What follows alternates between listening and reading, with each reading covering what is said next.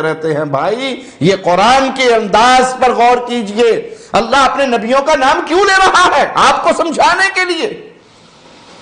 آپ کبھی اس پیر کے قدموں میں سجدہ ریز ہیں اور کبھی اس قبر پہ سجدہ ریز ہیں، کبھی اس درگاہ کا طواف کر رہے ہیں اور کہیں پتھر کا طواف کر رہے ہیں، کہیں جھنڈوں کا طواف کر رہے ہیں، کہیں مردوں کو پکار رہے ہیں، ان کو غوث اعظم مشکل کشا و حاجت روا سمجھ رہے ہیں۔ یا غوث اعظم آج آپ کے عرس کی رات ہے، آپ کے مرید، آپ کے فقیر دور سے آئے ہیں، آپ ہی کا فرمان ہے کہ نیک مرید میرے لیے اور میں گناہگاروں کے لیے ہوں۔ غوث پاک آپ کے گناہگار مرید آئے ہیں، ہماری جھولی بھر دیجیے، جھولی کو میری بھر دو ورنہ کہے گی دنیا ایسے سخی کا منگتا پھرتا ہے مارا مارا۔ اللہ کے علاوہ ان کو پکار کر آپ پکار میں ان کو رب کا شریک کر رہے ہیں، عبادت میں شریک کر رہے ہیں۔ یہ جرم بڑا خطرناک ہے، اس کی خطرناکی کا اندازہ لگائیے اور اپنے دامن کو اس سے بچائیے۔ اہل شرک، ان کے ساتھ جہاد کا حکم قرآن حکیم دیتا ہے، اور جب جہاد کیا جاتا ہے تو ان مشرکوں کا مال، ان کا خون حلال ہے مسلمان حکومت پر، مسلمان فوج پر۔ کیوں؟ ان کا جرم اتنا بڑا ہے کہ یہ پیدا ہوئے اور پیدا ہو کر اپنے رب کو بھلا بیٹھے، اپنے خالق کو بھلا بیٹھے، جس نے ان کو پیدا کیا اس کو بھلا بیٹھے اور غیروں کو اللہ کا شریک بنا لیا۔ تو جہاد کے احکامات جہاں بیان ہوئے وہاں مولا کیا فرماتا ہے؟ فَاقْتُلُوا الْمُشْرِكِينَ حَيْثُ وَجَدْتُمُوهُمْ، مشرکوں کو جہاں پاؤ ان کو قتل کر دو۔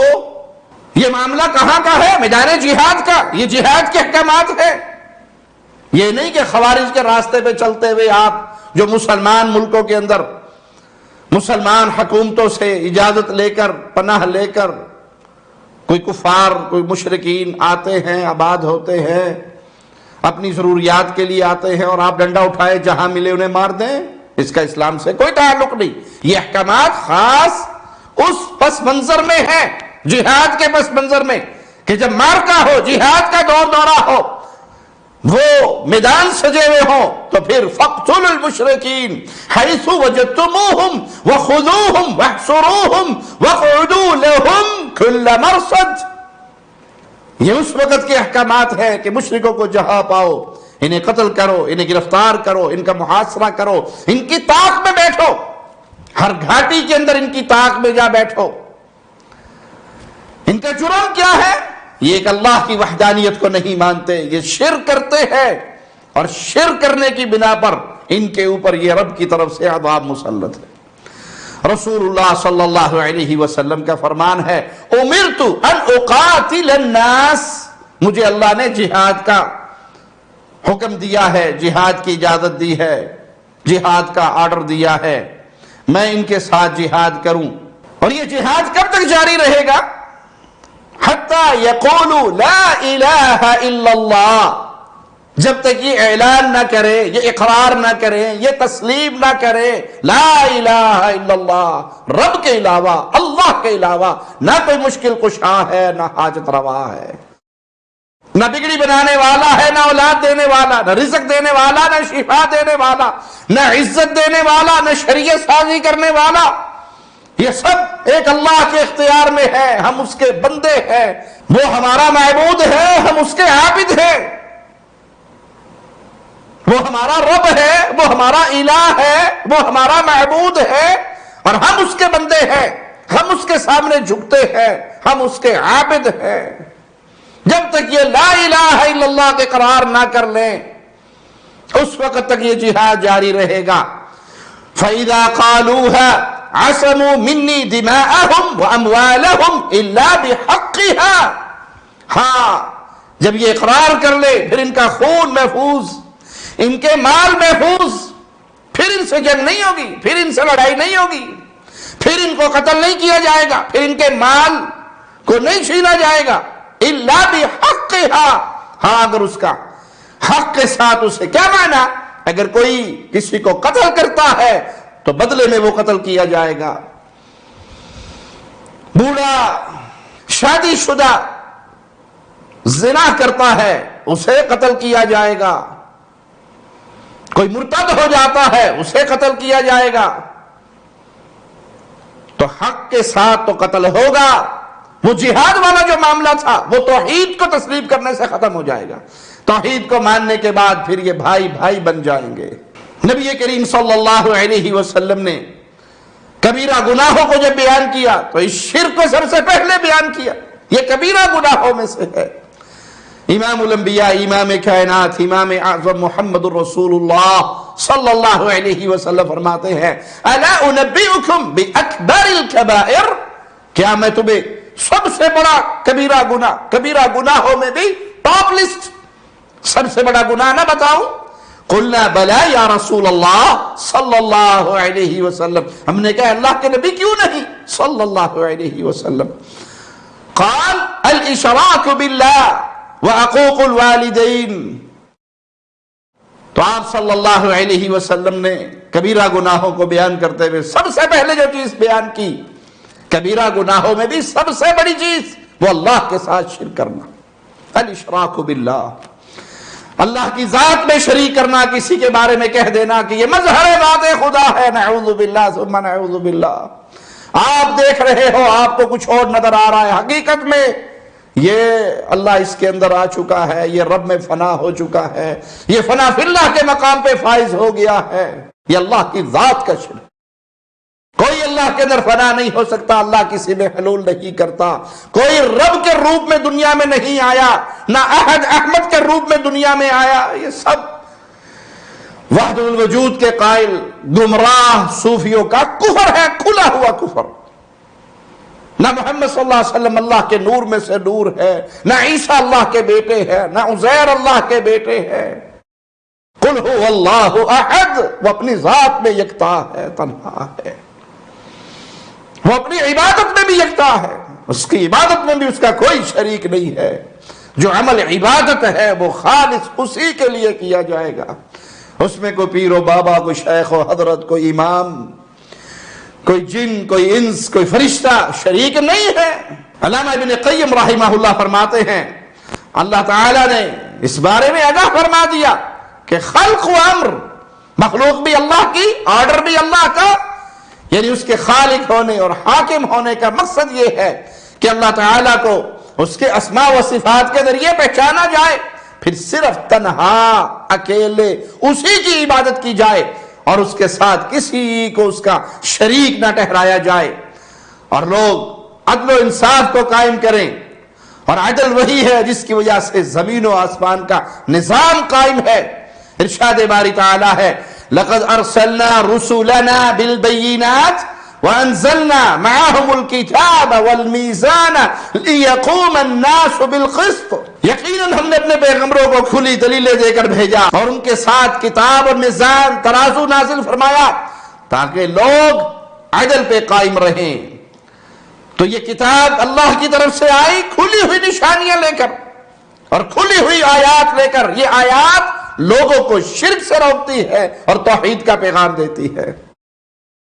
اس آیت میں اللہ مالک نے خبر دی کہ میں نے اپنے رسول بھیجے، اپنی کتابیں نازل فرمائی تاکہ لوگ عدل و انصاف پر قائم رہیں، اور سب سے بڑا عدل یہ ہے کہ ایک اللہ کی توحید پر ایمان لایا جائے۔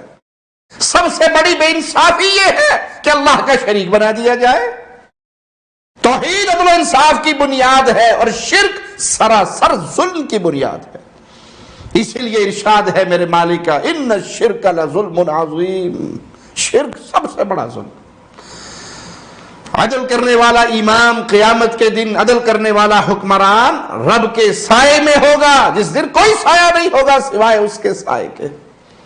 کیا مراد ہے اس سے؟ وہ رب کی توحید سے عدل کرے گا، وہ شرک کے مراکز کو مٹائے گا، وہ شرک کے اڈوں کو ختم کرے گا، وہ شرک کے مظاہر کو ختم کرے گا، وہ مخلوق میں بھی عدل کرے گا، انصاف کرے گا، وہ کتاب اللہ کے ساتھ بھی عدل کرے گا، اس کو نافذ کرے گا۔ تو ثابت ہوا کہ شرک سب سے بڑا ظلم اور توحید سب سے بڑی عدل۔ توحید کا پیغام یہ عدل کا سب سے بڑا پیغام ہے، تو جو ظلم کا پیغام ہے وہ کبیرہ گناہوں میں سب سے بڑا گناہ ہے کہ کوئی اللہ کی عبادت میں کسی اور کو ساجی اور ساتھی بنائے، یاد رکھیے جب شرک اس توحید کے سراسر مخالف اور منافی ہے تو یقیناً علی الاطلاق وہ سب سے بڑا گناہ ٹھہرا.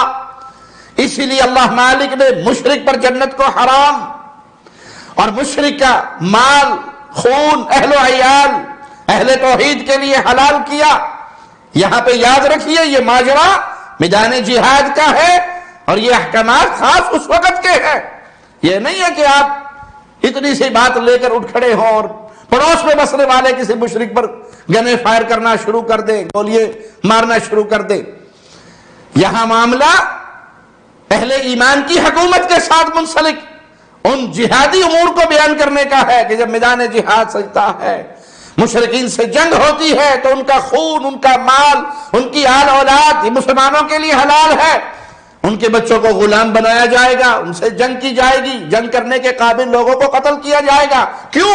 یہ ظلم عظیم کرنے والے، یہ اللہ کے ساتھ شرک اکبر کرنے والے، اور اس شرک کے جرم کے اندر ان کے ساتھ جنگ ہوگی. اسی طرح اللہ مالک کسی مشرک کے کوئی عمل قبول نہیں کرتا. بعض دفعہ لوگوں کے اعمال جو بظاہر معاشرے میں بڑی اچھی نظر سے دیکھے جاتے ہیں ان کو بڑے شوق سے اور عزت سے بیان کرتے ہیں. فلاں کے اتنے یتیم خانے چل رہے ہیں، وہ اتنا لوگوں کی مدد کرتا ہے، وہ فلاں کرتا ہے. بھائی سب سے پہلے بنیاد عقیدہ توحید ہے. اگر وہ عقیدے میں سچا ہے تو پھر یہ اعمال اللہ کے ہاں وزن رکھتے ہیں، اور اگر وہ شرک اکبر کر کے ظلم عظیم کر رہا ہے تو پھر اس کے عملوں کا قیامت کے دن کوئی اسے فائدہ نہیں ہوگا، نہ اسے کسی کی شفاعت کا کوئی حصہ ملے گا، نہ آخرت میں کوئی اس کی چیخ و پکار کو سن کر اس کی مدد کو ہی آئے گا، نہ کوئی اس کی امیدیں پوری کرے گا.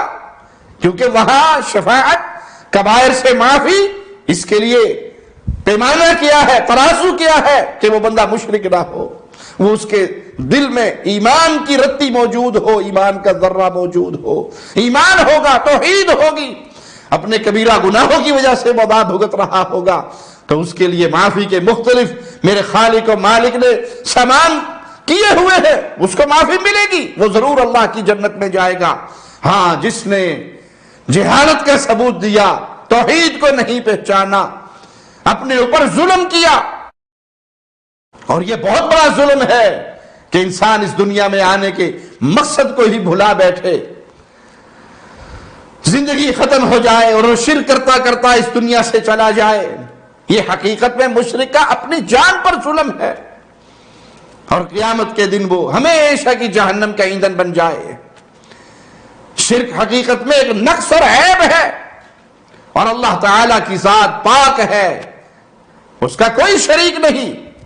جب آپ اس کا کوئی شریک بنائیں گے، پکار میں شریک بنائیں، محبت میں بنائیں، فرما برداری میں بنائیں، تو آپ اس نقص اور عیب کی نسبت اللہ کی طرف کر رہے ہیں، اور اللہ کی ذات منزہ ہے، پاک ہے، ہر قسم کے عیب سے، ہر قسم کی کمزوری سے بلند ہے. تو پیارے بھائیو، اللہ کی توحید کو سمجھیے اور شرک کی غلاستوں کو سمجھ کے اپنے دامن کو اس سے بچائیے، گلشن توحید میں آئیں تاکہ یہ دنیا بھی آپ کی سکون سے گزرے اور آخرت میں بھی آپ عزت والی جنت کے مہمان بنے. اقول قولی ھذا واستغفر اللہ لی ولکم ولسائر المسلمین.